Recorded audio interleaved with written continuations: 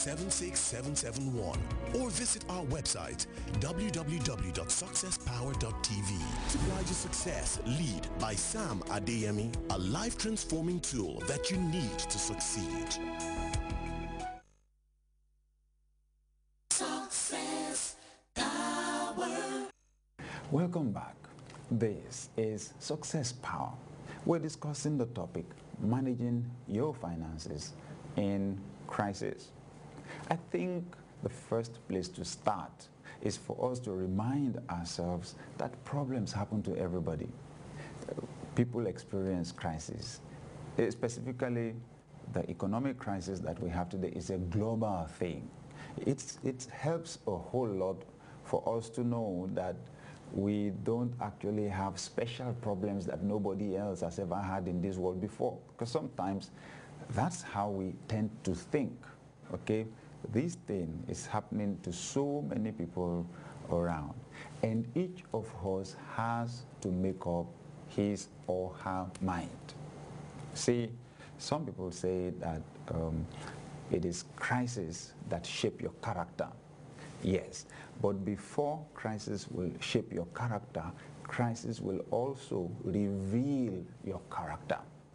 See, who you have been, who you have always been in your innermost self is who you are really going to be in the time of crisis. When trouble strikes, it's the habits that you have built over time, the principles that you have built your life on, the values that you have cultivated and strengthened, those are the things that will come out of you. You know, it's like the sponge, you know, the puffy sponge with which we bathe babies. You know, when you squeeze the sponge, what is in the sponge is what comes out.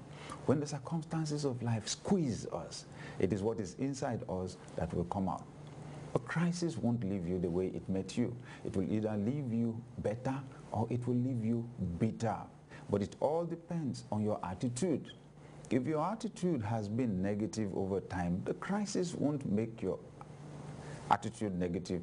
The crisis will actually reveal the negativity of your attitude. If you have been positive over time, when the crisis strikes, then it's that positive attitude that will come out of you. Out of the abundance of the heart, the mouth speaks. You know, it's all a matter of the heart, like we say over and over here on this broadcast. So, in times of crisis, some people fly on the wings of their dreams. Some others crawl on the crutches of their lame excuses. See? In times of crisis, some people develop wings. In times of crisis, some others look for crutches, and those crutches are excuses. You know, because what happens is when you have a crisis like we have around the world now, it gives some people a very, very good excuse for failure. Well, everybody knows things are not working well. Everybody knows there's no money anywhere. Everybody knows, you know, and people find good excuses. But really, you can fly and you can crawl. The one you do is your choice, but it depends a whole lot more on what you have done even before the crisis came. So, crisis will reveal our character. Do we have discipline or not? Are we selfish and greedy or not? Are we fearful or not? Are we courageous or not? When trouble hits, what is really in there is what is going to come out. I want to challenge you there, viewer, to not let this crisis make you bitter. Do not let this crisis push you down to the point where you cannot pick yourself up anymore. There, viewer, don't let this crisis turn you into a perpetual failure, turn you into a crawler. There's something on the inside of you that will always be bigger than the situation or the circumstance on your outside. I heard a preacher say several years ago that a verse of scripture in the epistles says that God will not allow us to be tempted above what we are able to bear. In other words, your challenges in life are designed. And somehow the Creator, Providence, will not allow a situation to come to you that you cannot handle. So I have this attitude. If it ever comes to me, it is because I can handle it. If I ever meet a challenge or a problem, the problem comes to tell me, look, you can tame me, you can handle me, you can deal with me. And I know that what I have to do is to find the potential, the strength, the power within myself with which to confront this situation or this circumstance. Once on our inside, we cave in, we lose heart, we lose hope, we lose courage.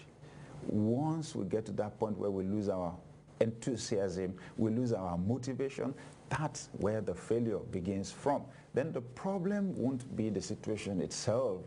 The problem is going to be how we see the situation. Please remember, dear viewer, the wife of a former US president, Eleanor Roosevelt, once said that it is not the things that happen to us that hurt us, it is how we respond actually that hurts us. I challenge you, if you are going through a financial crisis at this particular point in time, that you choose to be proactive, not reactive, that you choose to exercise control over your thoughts and over your emotions. Don't allow yourself to be discouraged. Don't allow yourself to lose heart. This is not a time to give up. This is not a time to die. You need to savor the joy of victory. And victory is absolutely guaranteed if you will hang there. I think this first step is important. That you need to separate your needs from your wants.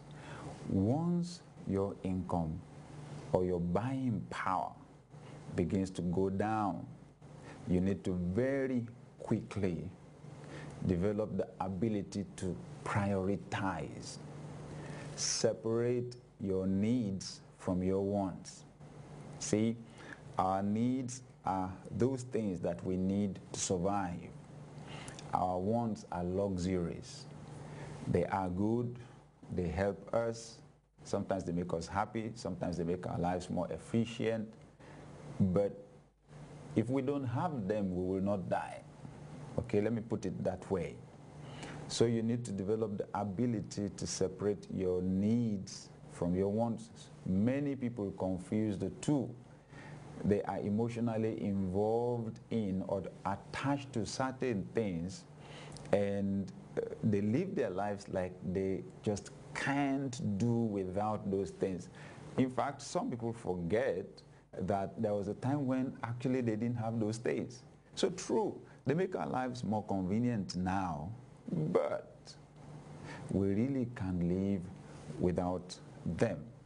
So develop the ability to prioritize. Some of those things that I describe as wants actually are things that we buy or acquire in order to meet up with people's expectations.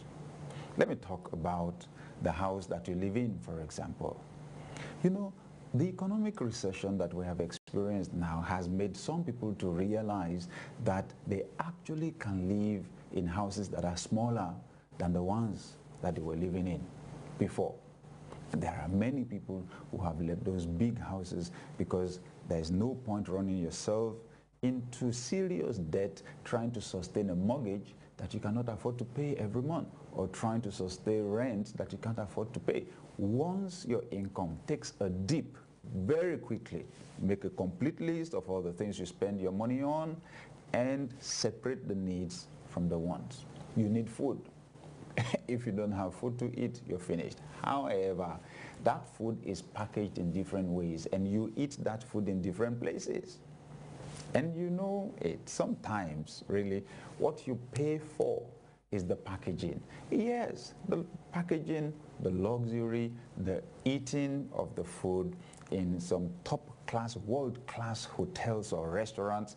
Oh yeah, it leaves you with a good feeling. And the quality of service sometimes, yes, is fantastic. But what do you do when you really can't sustain that kind of a lifestyle anymore? That